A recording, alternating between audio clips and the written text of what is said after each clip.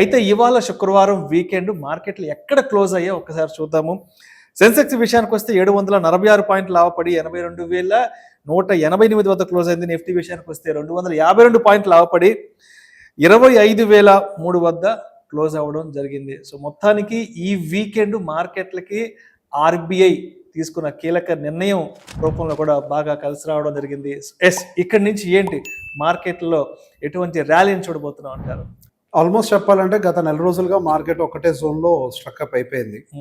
25,000 పైకి వెళ్ళి క్లోజ్ అవ్వడానికి ఇబ్బంది పడుతుంది. ఇంతకు ముందు 25,100 ఒక హైని మేక్ చేసి దాన్ని బ్రేక్ చేయడానికి కష్టపడుతుంది. డౌన్ సైడ్ కూడా మనకి 24,500 దగ్గర డౌన్ సైడ్ పోకుండా ఇబ్బంది పడుతుంది. ఒక టైట్ జోన్లో ఇరుక్కుపోయింది మార్కెట్.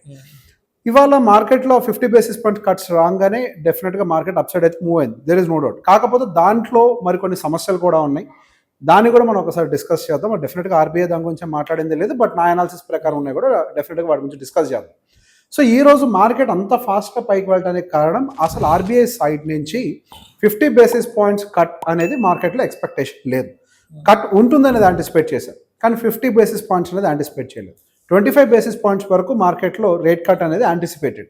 లేకపోతే కుదిరితే ఈసారి చేయకుండా కూడా ఆపుతారు.